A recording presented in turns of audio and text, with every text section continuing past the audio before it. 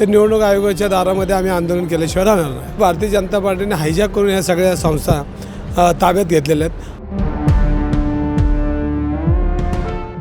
लोकसभेची रणधुमाळी सुरू झाली आहे. एकीकडे निवडणूक आयोगाकडून तारखा जाहीर झाल्यानंतर आता आचारसंहिता लागू झाली आहे. मात्र आजच्या कालावधीतही आचारसंहितेचा भंग भारतीय जनता पक्षाकडून केला जातो असा आरोप करत काँग्रेसचे आमदार रवींद्र धंगेकर यांनी जिल्हाधिकाऱ्यांना निवेदन दिलं आहे.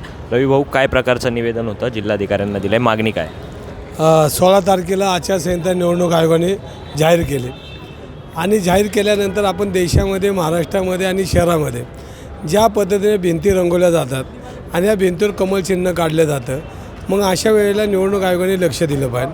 हा प्रचारच आहे आणि अनेक ठिकाणी भारतीय जनता पार्टीचे अनेक ठिकाणी फलक आहेत, कमल चिन्ह काढलेले, घरोघरी भिंतीवर कमल चिन्ह काढलेले. हे निवडणूक आयोगाचं लक्ष वेधण्याकरता आम्ही त्यांना निवेदन दिले आणि गेली 72 तास होऊनही गेले, पण अजूनही भारतीय जनता पार्टीचे कार्यकर्ते, पेंटर लोक रस्त्यावर आजही कमल काढताना आपल्याला दिसतात. तर हे सगळं थांबवलं पाहिजे आणि याच्यावर निवडणूक आयोगाने ताबडतोब ॲक्शन घेतली पाहिजे अशी मागणी केली. आणि अशा पद्धतीने जर निवडणूक आयोग लक्ष देत नसेल तर मागच्या कसबा विधानसभेच्या निवडणुकीमध्ये बघितलं की ही भारतीय जनता पार्टीने हायजॅक करून ह्या सगळ्या संस्था ताब्यात घेतलेल्या आहेत. आणि जर 2 दिवसामध्ये कमल चिन्ह किंवा प्रचार फलक यांनी जर काढले नाही तर निवडणूक आयोगाच्या दारामध्ये आम्ही आंदोलन केल्याशिवाय राहणार नाही. तुम्ही आंदोलन करण्याचा इशारा देत आहे. आयुक्तांनी वर तुम्हाला आश्वासन दिलं आहे की समोर जी कारवाई असेल त्याचे आदेश आयुक्तांनी तुमच्यासमोर फोनवरून दिले, मात्र ही कारवाई झाली नाहीच तर काँग्रेसची भूमिका काय असेल, कशा पद्धतीचं आंदोलन करा? दंगेकर पॅटर्न दिसणार का परत आंदोलनात? लोकशाहीच्या हिताचं सगळं कारभार जर झाला नाही, संविधानाने आपल्याला जे चौकट आखून दिली, ह्या चौकटीच्या बाहेर जाऊन निवडणूक आयोग जर चुकीचं काम करत असेल तर संविधानाने आपल्याला ताकद दिली, आपल्याला कायदा सांगितला आहे, त्याच्यानुसार आपण त्यांच्या ऑफिसच्या बाहेरून आंदोलन करू. रवी भाऊ, शेवटचा आणि थेट प्रश्न विचारतो. मागच्याच आठवड्यात तुम्ही आयुक्तांच्या बंगल्यासमोर आंदोलन केलं, आज जिल्हाधिकाऱ्यांना भेटलात. रवींद्र धंगेकर पुन्हा एकदा मैदानात उतरलेले आहेत. लोकसभेसाठी मुरलीधर मोहोळ हे भाजपचे उमेदवार असताना समोरून रवींद्र धंगेकर उभे राहणार असं सांगितलं जात आहे. नक्की तुम्हाला पक्षाकडून काही सांगण्यात आलं आहे का? रवींद्र धंगेकर हे फिक्स उमेदवार असतील का महाविकास आघाडीचे? बघा, प्रशासन जसं पुणे महानगरपालिका नेमल्यापासून विक्रम कुमारने प्रचंड भ्रष्टाचार केला. भारतीय जनता पार्टीचे 1-2 नेते आयुक्ताच्या कार्यालयामध्ये टेंडर सेट करायला बसायचे रोज आणि प्रचंड प्रमाणामध्ये त्यांनी त्यामध्ये भ्रष्टाचार केला.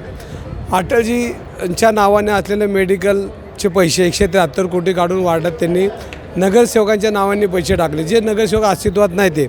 म्हणजे हा भ्रष्टाचाराचा एक भाग आहे आणि वर्षानुवर्ष एक संकेत आहे की प्रोजेक्टचे पैसे प्रोजेक्टलाच वापरायचे असतात किंवा ते एक मोठ्या कामाला असतात. पण हे गल्लीबोळात 5 आणि 10 लाख रुपये नगरसेवकांच्या नावाने ज्या पद्धतीने टाकलेले आहेत हे चुकीचे आहे. अटलजींच्या नावाने असले मेडिकल हे मोठ्या प्रमाणात झालं पण अशी आमची मागणी, पुणेकरांची मागणी. जर अटलजींच्या नावाचे जर पैसे काढून हे जर गटार आणि मीटरला वापरून खिशात घालायचा प्रयत्न करत असतील तर त्यासाठी मी आंदोलन केलं. आणि जाता जाता त्यांनी 300 कोटीचे टेंडर पास करून गेले. म्हणजे त्यांना जी चुकीची कामं करायची होती ते शेवटच्या दिवशी त्यांनी घरी जाऊन त्या सगळ्या सह्या केल्या आणि पुणेकरांना त्यांनी फसवण्याचं काम केलं.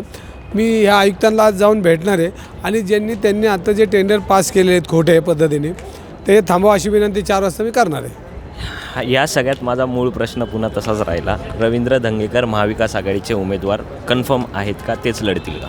नाही, काँग्रेस पक्षामध्ये माझ्यासहित 20 लोकांनी उमेदवारी मागितलेली, मीही मागितलेले. काँग्रेस पक्ष सगळ्यांचा सारासार विचार करून ज्याला उमेदवारी देईन त्याचं काम मी करणार आणि मला दिलं तर मी निवडणूक जिंकण्यासाठी काम करेन. पक्षाकडून तुम्हाला आदेश आलेत अशी बातमी फिरते? नाही, पक्षाने अजून काय आदेश दिले नाही, पण ज्याला उमेदवारी देतील, जो असेल त्याचं काम करणार. मी असेल तर मी माझं काम करणार.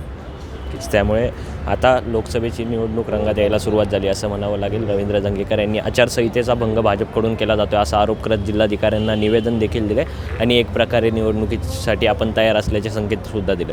कॅमेरामन रोहित वनकट्टेसह मी Pranav Damale, for the people news, Pune.